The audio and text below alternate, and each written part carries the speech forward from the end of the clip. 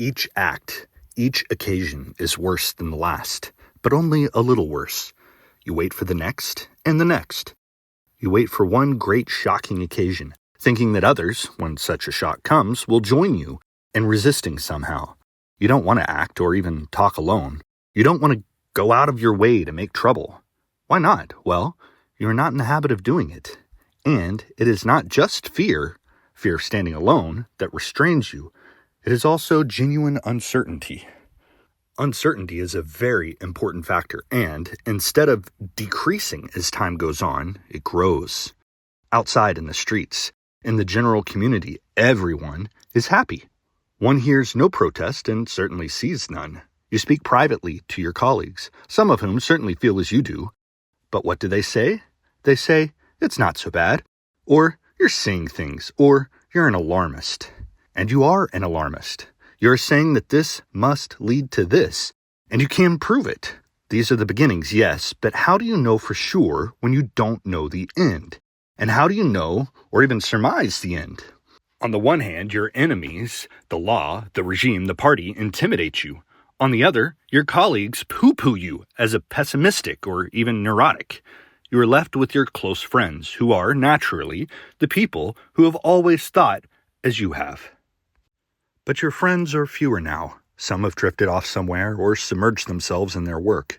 You no longer see as many as you did at meetings or gatherings. Now, in small gatherings of your oldest friends, you feel that you are talking to yourselves, that you are isolated from the reality of things. This weakens your confidence still further and serves as a further deterrent to what? It is clearer all the time that if you are going to do anything, you must make an occasion to do it, and then are obviously a troublemaker. So you wait, and you wait. But the one great shocking occasion, when tens or hundreds of thousands will join with you, never comes. That's the difficulty. If the last and worst act of the whole regime had come immediately after the first and the smallest, thousands, yes, millions, would have been sufficiently shocked. If, let us say, the gassing of the Jews in 43 had come immediately after the German firm stickers on the windows of non-Jewish shops in 33. But of course, this isn't the way it happens. In between come all the hundreds of little steps, some of them imperceptible, each of them preparing you to not be shocked by the next. Step C is not so much worse than step B, and if you did not make a stand at step B, why should you at step C? And so on to step D. And one day, too late, your principles, if you were ever sensible of them, all rush in upon you.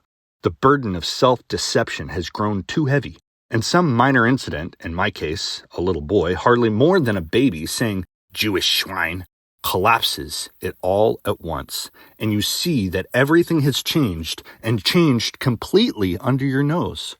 The world you live in, your nation, your people, is not the world you were born in at all. The forms are all there, all untouched, all reassuring: the houses, the shops, the jobs, the mealtimes, the visits, the concerts, the cinema, the holidays. But the spirit, which you never notice because you made the lifelong mistake of identifying it with the forms, is changed.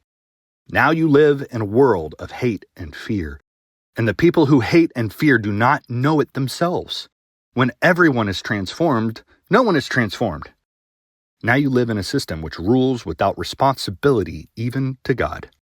The system itself could not have intended this in the beginning, but in order to sustain itself, it was compelled to go all the way. Suddenly it all comes down, all at once.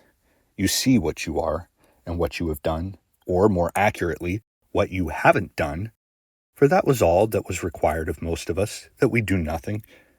You remember those early morning meetings of your department when, if one had stood, others would have stood, perhaps, but no one stood. A small matter, a matter of hiring this man or that, and you hired this one rather than that. You remember everything now, and your heart breaks. Too late. You are compromised beyond repair.